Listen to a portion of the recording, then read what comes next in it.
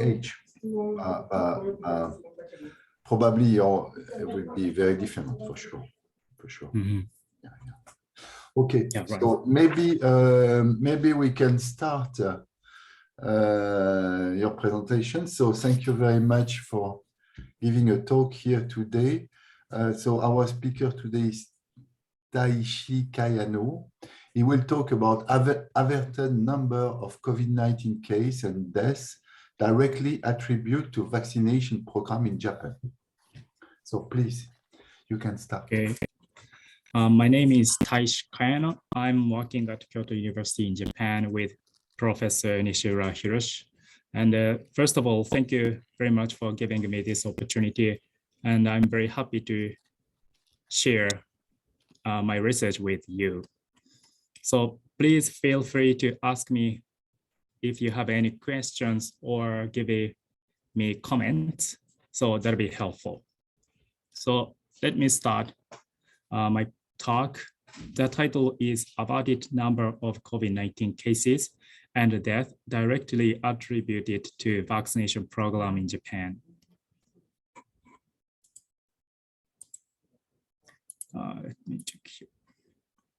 So as a background, Japan has experienced 5 large epidemic surges from January 2020 to October 2021.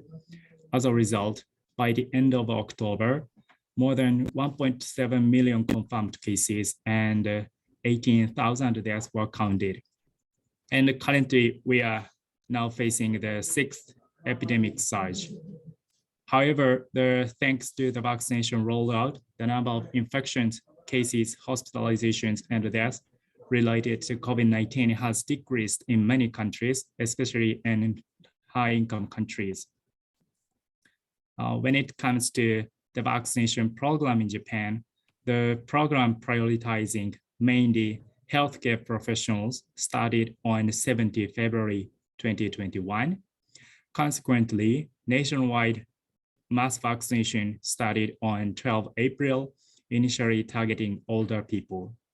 Then, in order to expand the vaccination among the working population, workplace vaccinations were started on 21 June. And the Pfizer accounts for more than 80% of the vaccine's share in Japan. By the end of October 2021, approximately 70% of the population got fully vaccinated. This figure shows the confirmed cases by age group from March to October in 2021. As I mentioned, nationwide mass vaccination started from the middle of April, and the workplace vaccination started in the middle of June. Despite the efforts of the expanding vaccination, we have experienced the 4th and the 5th epidemic surges. One interesting paper was published from Israel in the Lancet Infectious Disease. The study calculated the averted infections, hospitalizations, and death related to COVID-19 using a simple statistical model in September last year. So this paper allowed us to explore those outcomes in Japan because the direct effect attributed to vaccination has yet to be quantified.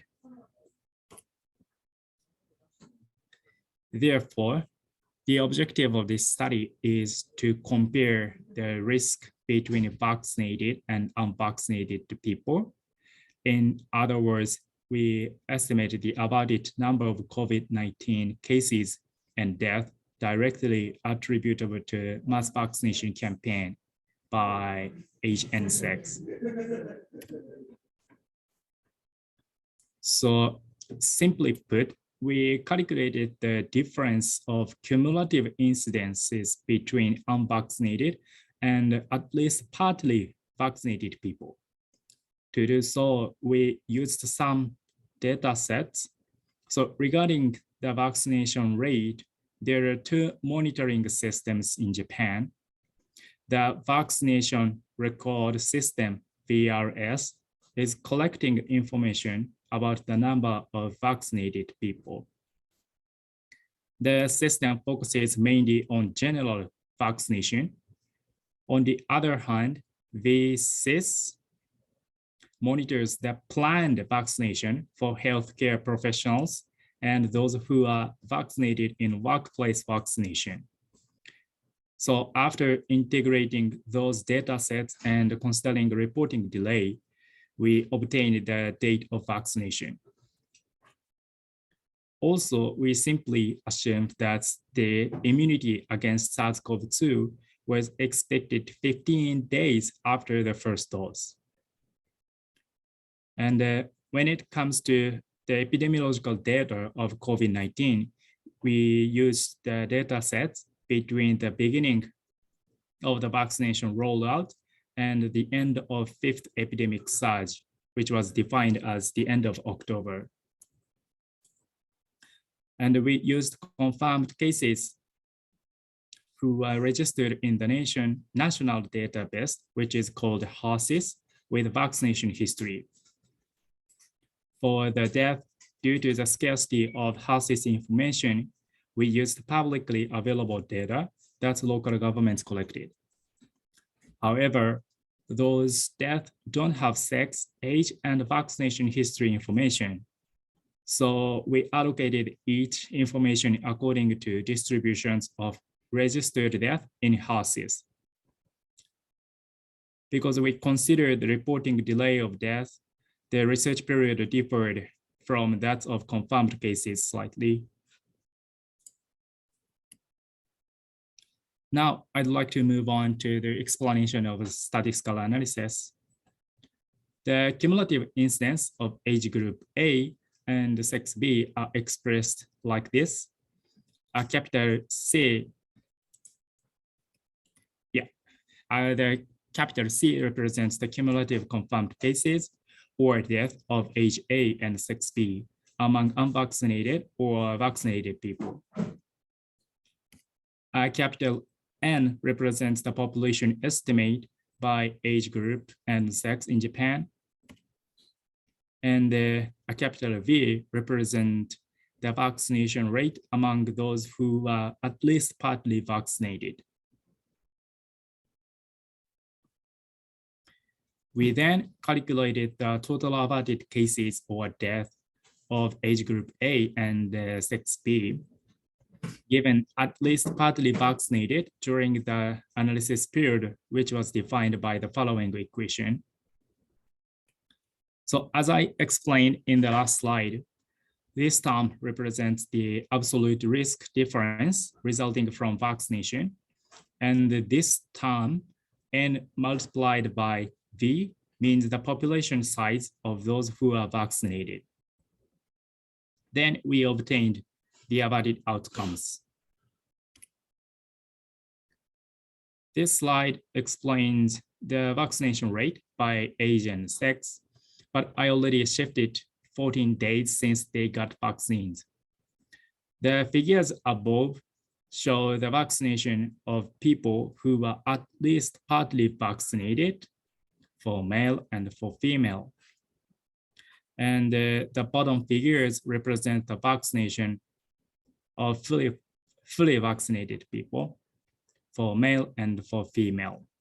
As you can see here, the vaccination among older people was accelerated since June. Subsequently, the vaccination among other age groups got the speed up since July and August.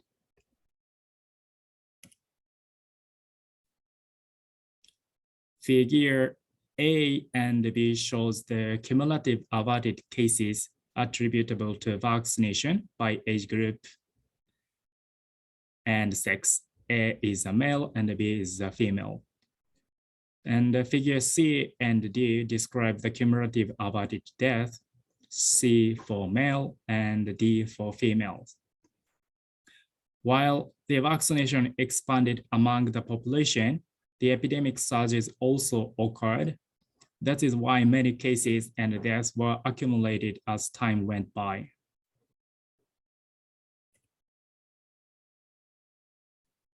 This slide shows the averted outcomes regarding the total population. Cases are shown on your left-hand side, and the deaths on your right-hand side. Here, red lines represent the observed values, and the blue lines represent the sum of observed values and averted outcomes, also written as counterfactual. Because the fifth epidemic surge was almost over, the gap between the two lines were plateaued in the last period.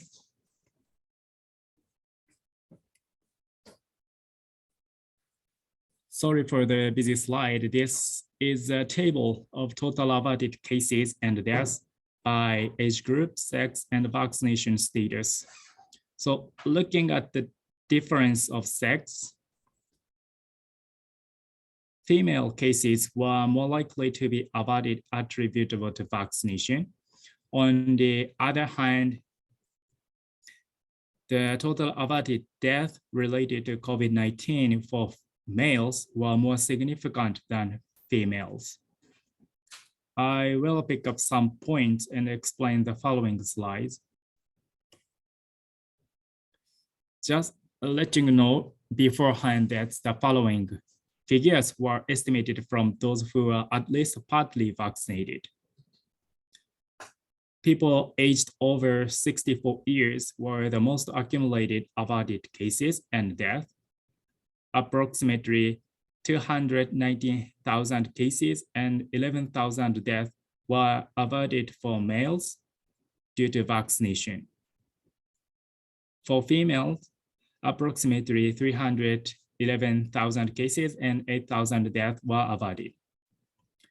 When it comes to total estimates, more than 600,000 cases and 19,000 deaths were averted by the end of October 2021. In this study, we assume that all individuals received the second dose 21 days after their first dose.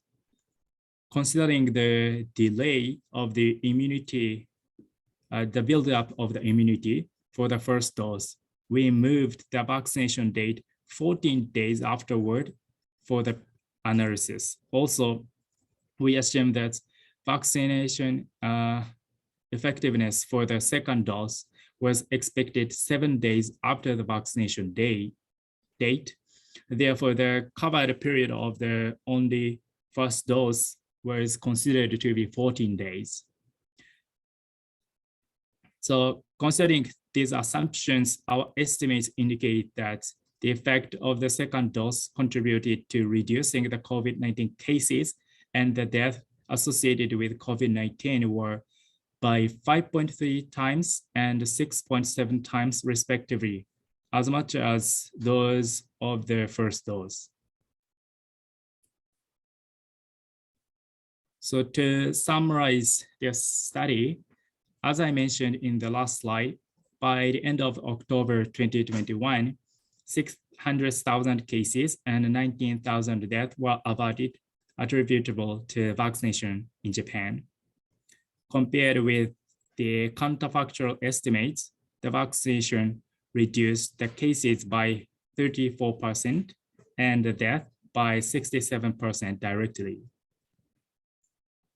According to our analysis, fully vaccinated people benefited from the direct effect of vaccination far more than those who are vaccinated partly, though we can expect a certain degree of effect. We have to mention that our estimates, we have to mention that our estimate period was partially under the state of emergency, which was declared between July and September 2021. So our estimated values were influenced by that effect. We can also say that the preventive effects will be further accumulated as the epidemic continues. The another important point is that we didn't consider the indirect effect of the vaccination on the population. Given the vaccine effectiveness in preventing preventing the infection of disease against SARS-CoV-2, the indirect effect within the population is not negligible. So in that sense, the direct effect can provide the lower bound of the effect of vaccination. So from now, I'd like to introduce a different topic, but related to the previous study. I'll talk about unexposed populations and the potential hospitalizations and deaths related to COVID-19. We conducted this analysis in January this year. As you know, the effect of vaccine is not perfect. Therefore, the waning immunity against SARS-CoV-2 is not negligible. Now, the dominant variant is Omicron. However, the period between December and January was the timing, the replacement of the variant from Delta to Omicron. So we needed to assess the impact of the new variant.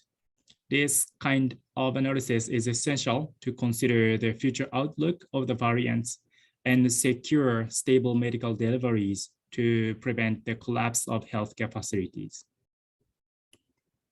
So we explored this research question: how many people would be hospitalized and die if all susceptible people got infected? In other words, we estimated the potential impacts of COVID-19 of Delta and Omicron. So we estimated the potential hospitalizations and deaths using a simple statistical model. So here, BAT represents the potential hospitalizations or death in age group A at time T. And A represents the population estimate in Japan. HA is the vaccine effectiveness against hospitalizations or death. We estimated this VE of Delta and Omicron differently. And PA represents infection hospitalization risk, IHR, or infection fatality risk, IFR. So to obtain the potential hospitalizations or death, this orange term representing the unexposed population is multiplied by IHR or IFR. There are several key assumptions. First, the vaccination rate of the second dose reached the maximum value by the end of December 2021. So we didn't consider the third shot. Secondly, to estimate the waning immunity, different sources were referred. For Delta, we estimated, for Delta, our estimates were based on the observational research in the UK. For Omicron, we used the mathematical model developed by Golding et al. Thirdly, we assumed that the ratio of confirmation hospitalization risk to infection hospitalization risk is equivalent to that of confirmation fatality risk to infection fatality risk. So it means that we estimated IHR using the ratio of CFR to IFR. Therefore, estimated IHR is highly dependent on IFR. And finally, we used two different sources of IFR to ensure the uncertainties of that. Now I'm going to move on to the result. The estimates shown in the slide were based on the IFR estimated by the O'Driscoll et al. The figure above shows the potential deaths of the Delta variant. The figure below shows the potential death of the Omicron variant. We estimated the potential outcomes by each month from January to April. Also, we put the estimate based on the error before the mass vaccination. So you can see the many increased death circled as red for Omicron variant. For potential hospitalizations, we couldn't calculate them because some IFRs became larger than IFR. Some IFRs became larger than CFRs. So the estimates shown in the slide were based on IFR by Sanada et al.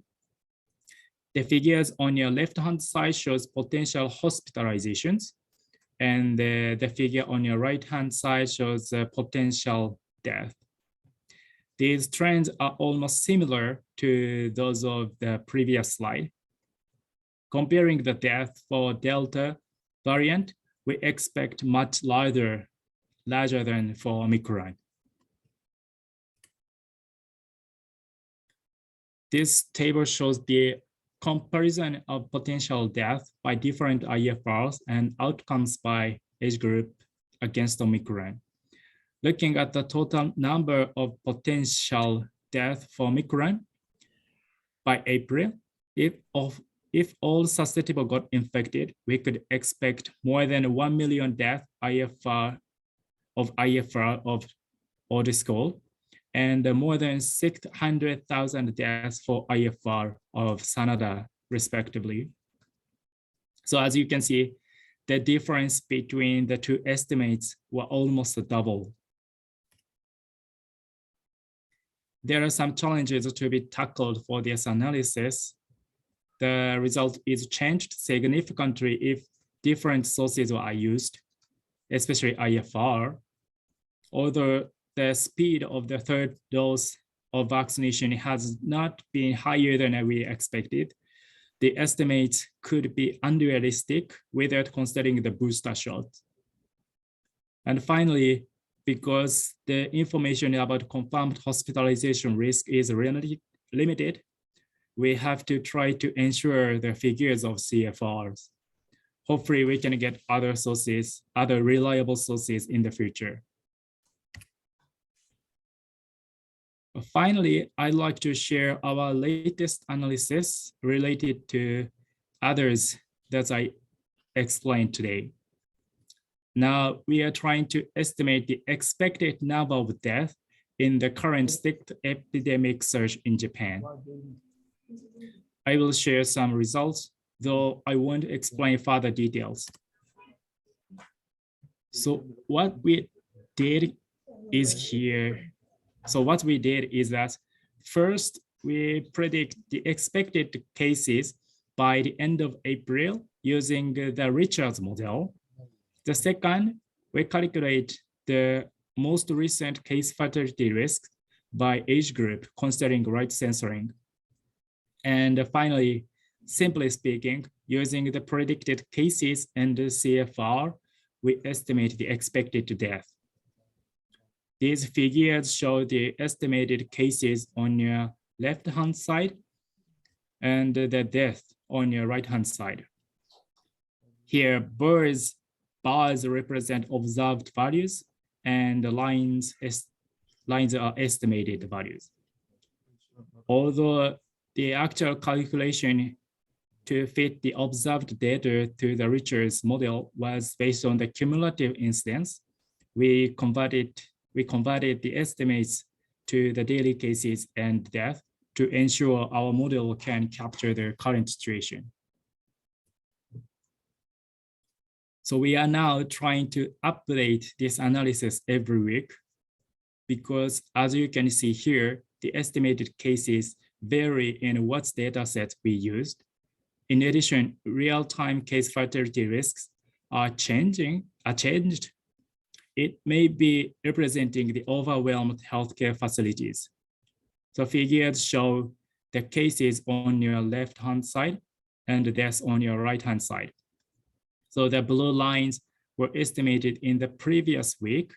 Then the orange lines were updated on 1st March. You can recognize the number of cases and deaths piled compared to those of the previous week. By doing this exercise, we can estimate the expected death for the coming several weeks. However, there are some challenges, of course. For instance, we have to consider expanding the booster shot among the population, especially the elderly. hopefully we'll incorporate such challenges into the model soon. Finally, I thank many people who are involved in these analyses, which I talked today. Thank you for listening to my presentation. Thank you very much for this very interesting presentation. Are there any questions? Please raise your hand and I will allow you to speak, right?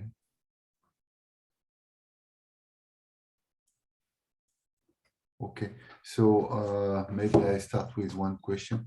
At some point in the, could you show your slide? Yeah, sure. At some point in the presentation, you talked in the first part. I think you were talking about the vaccination, right? And you got some formula. This at some point I saw. Yeah, if I understand well your formula, you are basically assuming that when people get vaccinated, they cannot transmit. They can no longer transmit the infection. Yes, right. In this study, I mean, that's an idealistic scenario, but so in this time we can just calculate simply the incidence rate of unvaccinated people and the incidence rate of vaccinated people. Do you have this kind of data in Japan, by the way?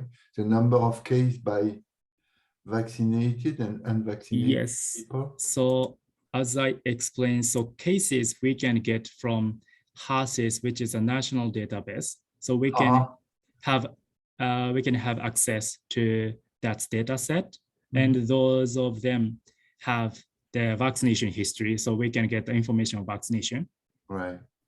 And but regarding the deaths, the number of deaths which is registered in HACCP is very limited. So unfortunately, most of them are not counted in the HACCP. So that's why we it's not recorded. Collected the data sets from publicly available data sets.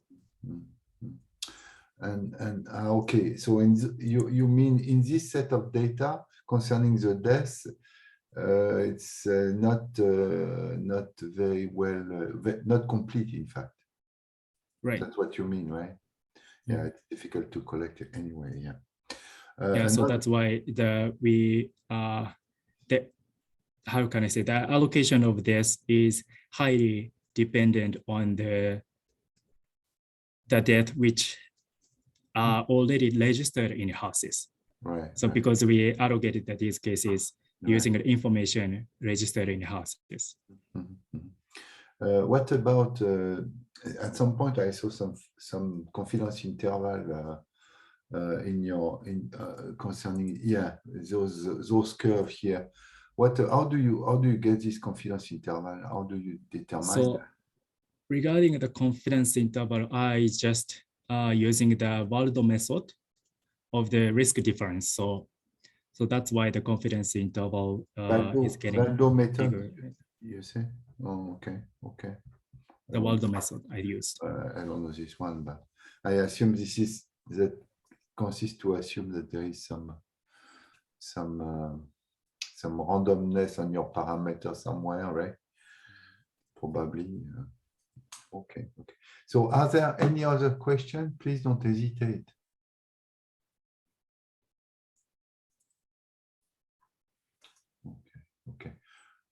Okay. So maybe we can stop here. I want to say one last thing. I just wrote down a paper combining the number of cases and the number of vaccinated people together into a dynamical model, epidemic model.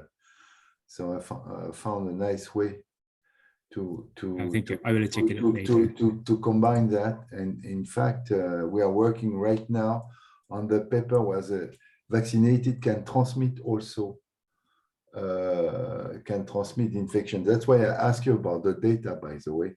Maybe we may consider the case of Japan in the application. It's possible, and it would be very interesting. because Yeah. these data are very trustable. So very well collected usually, right? So for the deaths, indeed, it is difficult to count, right? Right. So many people are not counted everywhere. So it's difficult to, yeah. So any question, anyone want to ask a question? Or can you send me your slide? I put that on the, Yeah, sure. before we stop here, then I will. Can I send it as a PDF? Yeah, perfect. That's perfect. Then I include that on the web page for your talk. Okay, together with the movie. Thank you. Okay, so thank you very much.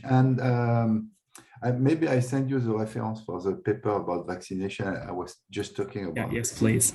I think it's very much related to the first part of your talk, in fact. So you might get interested by that. Okay, so thank you everybody for coming, and